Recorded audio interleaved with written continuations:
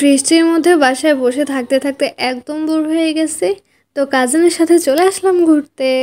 Hello guys, আমি হচ্ছে আপনাদের mini blogger Liza. So welcome to my new another blog. আশা করি আমার আজকের ভিডিওটা আপনাদের কাছে ভালো লাগবে। আর ভিডিওটা ভালো লাগলে অবশ্যই আমার ইউটিউব চ্যানেল একটা সাবস্ক্রাইব করে দিবেন আর লাইক দিতে একদমই ভুলবেন না। তো গাইস, আজকে আমি মূলত মেরুন কালারের আউটফিট পরে ঘুরতে যাচ্ছি। আর তার সাথে চুড়ি আর রিংটা আমি সেম কালারে ম্যাচ করে নিছি। যাই হোক, আজকে আমার সাথে ঘুরতে যাবে আমার কাজিন। বিগত কয়েকটা দিন বাসায় থেকে থেকে একদম বোর হয়ে গেছি, ভাবলাম কোন একটা জায়গা থেকে ঘুরে আসা যাক। তো আমি আমার কাজিনকে নক করলাম, ভাই কই তুই, চল কোনো একটা জায়গায় ঘুরতে যাই, বিগত কয়েকটা দিন তো কোথাও যেতে পারি নাই, এখন কই নিয়ে যাবি, তাড়াতাড়ি ডিসাইড কর।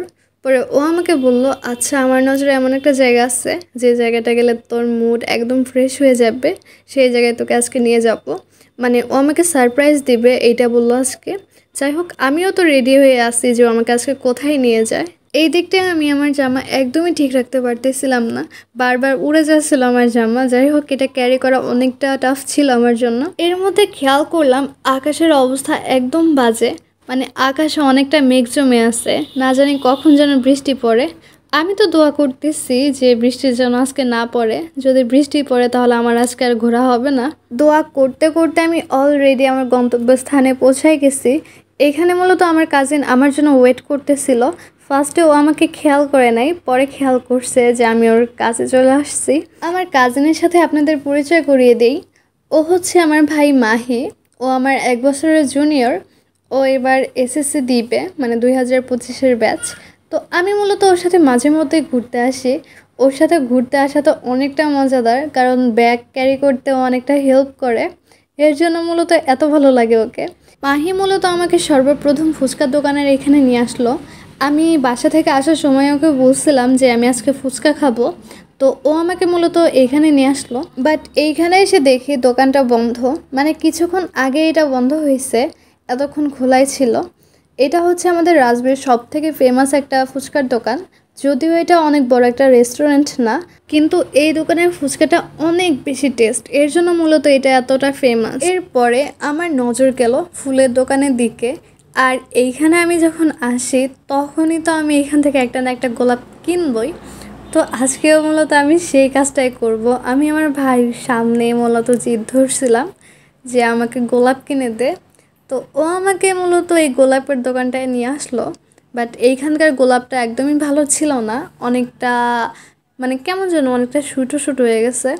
তো যাই হোক, এখান থেকে আমরা ফুল না নিয়ে আমরা এখন অন্য দোকানে যাব। তো অপর প্রান্তে এসে দেখি যে এই পাশের ফুলগুলো ভালো ছিল না। পরে আমার কাজিন মাহি ও বলল যে এই দোকানটা না দেখে আমরা অন্য একটা দোকানে যাই। অন্য দোকানে এসে দেখি এইখানকার ফুলগুলোরও সেই একই অবস্থা, সতেজ না, অনেকটা ছোটো ছোটো হয়ে গেছে। তো আমি মূলত আন্টিকে জিজ্ঞাসা করলাম যে এখন ভালো ফুল পাওয়া যায় না কেন। তো আন্টি বলল যে এখন তো বর্ষাকাল, আর শীতকালে নাকি অনেক সুন্দর ফুল পাওয়া যায়। এর মধ্যে মাহি আমাকে অন্য সাইডের ফুলগুলো দেখালো, মানে ওই আন্টিদের সেম দোকানে, বাট এইটা একটু ভিতরের সাইডে ছিল। আর এই জায়গার ফুলগুলো অনেকটা সতেজ, আর এগুলো অনেকটা সুন্দর লাগতেছে। এর জন্য মাহিকে বললাম এইখান থেকে একটা ফুল নিয়ে দিতে। তো মাহি আমার জন্য এইখান থেকে ফুল বাছাই করে দিচ্ছে। বাহ, কি সুইট একটা ভাই আমার। বড় বোনের জন্য সে নিজে ফুল বাছাই করে দিচ্ছে। মাহি মূলত আমাকে যেই ফুলটা দিল, এই ফুলটা তো মাশাআল্লাহ দিলে অনেক সুন্দর। যাক, আমার ভাইয়ের চয়েস আছে ভালো, জীবনে ভালো একটা জেব জুটাইতে পারবে। Just kidding. আমার ভাই যদি আমার এই ভিডিওটা দেখে তাহলে তো ও আমাকে অনেক বকবে। এরপরে ও ফুলটার জন্য টাকাটা পে করে দিচ্ছে। আর আজকের এই গোলাপটা আমাকে গিফট করলো আমার ভাই মাহি। এর মধ্যে মাহি আমাকে বলল ও আমাকে নাকি অন্তরমোড়ে ঘুরাইতে নিয়ে যাবে। মানে আমাদের রাজবাড়ির মধ্যে একটা প্লেস হচ্ছে অন্তরমোড়, ওইটা হচ্ছে নদীর পাশে একটা জায়গা। আর ওই জায়গাটার ভিউ নাকি অনেকটা সুন্দর, নিরিবিলি। আর ও জানে যে আমার নিরিবিলি প্লেস অনেক পছন্দ, এর জন্য মূলত ও আমাকে ওইখানে নিয়ে যেতে চাইছে। এর মাঝে আমি জিদ ধরছি যে আশেপাশের জায়গাগুলো তো আমি একটু হাঁটবো। তো হাঁটতে হাঁটতে আমরা সবাই জেলা প্রশাসকের কার্যালয়ের সামনে চলে আসছি। আর এই জায়গাটায় হাঁটতে অনেক বেশি ভালো লাগে, একদম নিরিবিলি একটা প্লেস, আর রাস্তাটা অনেক সুন্দর। আমার হাঁটতে একটু বেশিই পছন্দ, আমি মাঝে মধ্যে বাসা থেকে বের হই হাঁটার জন্য। মানে আমার কাছে এটা এতটা ভালো লাগে। আর যদি হয় নিরিবিলি একটা প্লেস তাহলে আর কি লাগে। আমি তো আমার কাজিনকে অনেক বিরক্ত করছি এই হাঁটা নিয়ে। ও তো হাঁটতেই চাচ্ছিল না, বাট আমি ওকে জোর করছি হাঁটতে। ও বেচারাটা আজকে ফেসে গেছে একদম। আমরা এখন হাঁটতে হাঁটতে চলে যাচ্ছি অটো স্ট্যান্ডের ওইখানে। আমরা মূলত এখন অটোতে করে ওই অন্তর্মোড়ে ঘুরতে যাব। অটো স্ট্যান্ডের কাছে চলে আসার পরে মাহি আমার আর ওর জন্য 2টা মোজো নিয়ে নিচ্ছে। মানে আমরা এখন খাইতে খাইতে ওইখানে যাব। অটোতে উঠে আমরা এখন মূলত আমাদের সেই ইউনিক প্লেসটার কাছে যাচ্ছি। আর এই জায়গাটার ভিউটা এতটা সুন্দর, সিরিয়াসলি বলে বোঝাতে পারবো না। এইখানকার রাস্তাটাও সিরিয়াসলি অনেকটা সুন্দর। এখন যদি রাইড করার মতো একটা বাইক থাকতো তাহলে আর কি লাগে, বাট আমরা তো দুজনেই পিচ্ছি, আমরা বাইক পাবো কই। তো আমরা এখন মূলত যেটা আছে সেটা নিয়েই খুশি থাকি। আমরা দেখতে দেখতে মূলত অন্তর্মোড়ে এখানে চলে আসছি, বাট এইখানে এসে আমার মুডটা সিরিয়াসলি অফ হয়ে গেছে। এই জায়গাটা এতটা নোংরা নোংরা, কেমন যেন একটা ভাবছি কি আর হইলো কে, মানে একটু বেশি আশা করছিলাম, এর জন্য মূলত এমন হয়েছে। এর মধ্যে মাহি বলল যে তোর এই জায়গাটা ভালো লাগবে না, বাট আরেকটু সামনে চল তারপরে তোর ভালো লাগবে। তো আমি মূলত ওকে অনেকটা ট্রল করলাম যে তুই আমাকে কেমন একটা প্লেসে নিয়ে আসছিস, তোর চয়েস একদম খ্যাত, বিভিন্ন কিছু বলে আমি ওকে ট্রল করছি। বাট সামনের দিকটা যতটা আগাচ্ছিলাম ততটা ভালো লাগতেছিল, কারণ দুই পাশে হচ্ছে মাঠঘাট, মাঝখান দিয়ে একটা রোড গেছে। এই জায়গাটা সিরিয়াসলি হাঁটার মতো অনেক সুন্দর একটা জায়গা। আমার তো এখানে এসে অনেকটা ভালো লাগতেছে। তো সামনে মূলত নদী, আমরা সেই নদীর কাছে যাচ্ছি। তো আমরা ফাইনালি নদীর কাছে পৌঁছাই গেছি। এই জায়গাটার ভিউটা এত এত এত সুন্দর বলার মতো না। আমার মতো এখানে আরও অনেকে ঘুরতে আসছে এই জায়গাটা দেখতে। আর এইটুকের মূলত বলে অন্তর্মোড়।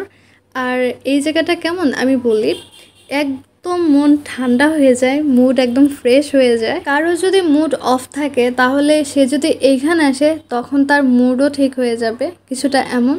তো গাইস, আপনাদের কাছে একটা প্রশ্ন করব, আমরা সামনে যে মেঘটা দেখতে পাচ্ছি সামনের দিকটা মনে হচ্ছে বৃষ্টি পড়তেছে, আবার মানে কেমন যেন একটা মনে হচ্ছে, আমি এটাও বুঝি না যে এটারে কী বলে। আপনাদের যদি জানা থাকে তাহলে আমাকে বলবেন যে এটা কেন হয় নদীর সাইড দিয়ে। যাই হোক, এই দিকটায় আমি কোনো রেস্টুরেন্ট অথবা কোনো রিসর্ট দেখলাম না।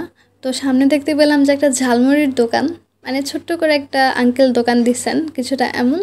আমি এখানে এসে মূলত ঝালমুড়ি কিনতে আসছি। এরপর আমরা সেখান থেকে ঝালমুড়ি নিয়ে আবার নদীর কাছে ঘুরতে চলে আসলাম। আমার তো এই জায়গায় একদম যাইতে ইচ্ছা করতেছে না। যাই হোক, বাট এইখান থেকে তাড়াতাড়ি চলে যেতে হবে, আম্মু কল দিতে পারে। সো গাইস, এই জায়গাটা ঘুরে নেওয়ার পরে আমরা মূলত এখন বাসায় যাচ্ছি। আর এইখান থেকে যে ঝালমুড়িটা আমরা কিনছি, মানে কি বলবো, এতটা ঝাল দিচ্ছে বলার মতো না। আমরা তো ঝাল সহ্য করতে না পেরে দুজনে আখের রস খেতে চলে আসলাম। মানে আমাদের দুজনের অবস্থা একদম খারাপ, আমাদের কারো ঝাল খাওয়ার একদম অভ্যাস নেই। এরপরে আমরা দুজন আখের রসটা খেয়ে নেওয়ার পরে আমরা এখন বাসায় যাওয়ার জন্য রওনা দিচ্ছি। এর মধ্যে আমার আম্মু মূলত কল দিয়ে বাসায় যেতে বলছে।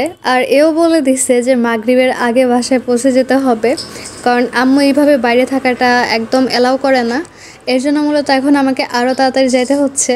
সাধারণত আমি আম্মুকে ছাড়া তেমনভাবে কোথাও ঘুরতে যাই না, এর জন্য মূলত আম্মু আজকে বেশি টেনশন করতেছে, এর জন্য তাড়াতাড়ি যেতে হবে আমার। এই দিক দিয়ে আমি বাসায় যাওয়ার সময় আমি আমার আম্মু আর আমার ছোটো বোনের জন্য বেলপুরি নিয়ে যাচ্ছি। আকাশের অবস্থা তো অনেক বাজে, আকাশে অনেকটা মেঘ লেগে আছে, বাসায় আরও তাড়াতাড়ি যাইতে হবে আমাকে।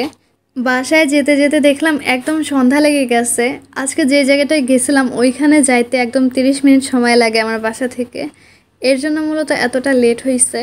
তো গাইস, আজকের ভিডিওটা আমার এই পর্যন্তই। ভিডিওটা ভালো লাগলে অবশ্যই আমার চ্যানেলে একটা সাবস্ক্রাইব করে দিবেন আর লাইক দিতে একদমই ভুলবেন না। সো আল্লাহ হাফেজ।